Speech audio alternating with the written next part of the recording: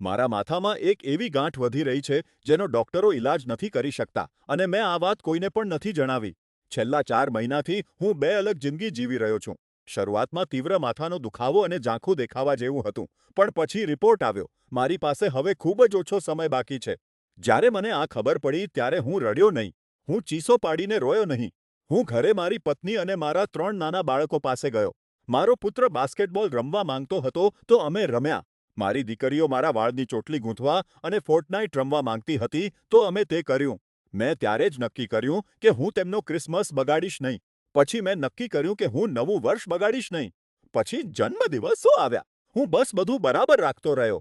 પણ આ રહસ્યનો બોજ મને કચડી રહ્યો છે, કારણ કે હું જ આ પરિવારને સંભાળી રાખતો એકમાત્ર આધાર છું. મારી પત્ની દારૂની લતમાંથી બહાર આવી રહી છે અને તે લગભગ અંધ છે. મારા પિતા, જે ડિમેન્શિયા સામે લડી રહ્યા છે, તેમની સંભાળ રાખનાર હું એકલો જ છું. અમારે સહારો લેવા માટે બીજો કોઈ પરિવાર નથી. અત્યારે દરેક પાસે ઘર છે અને જીવનમાં એક સામાન્ય સ્થિરતા છે. પણ જે ક્ષણે હું તેમને સત્ય જણાવીશ, હું તેમની આખી દુનિયા તબાહ કરી દઈશ. હું દરવાજા ખોલી દઈશ અને સમુદ્રને જે જોઈએ તે બધું વહાવી જવા દઈશ. હું અહીં બેઠો છું. 4 મહિના વીતી ગયા અને હું એ શબ્દો બોલવાની પ્રેક્ટિસ કરી રહ્યો છું, જે તેમની જાણીતી દરેક વસ્તુને નષ્ટ કરી દેશે.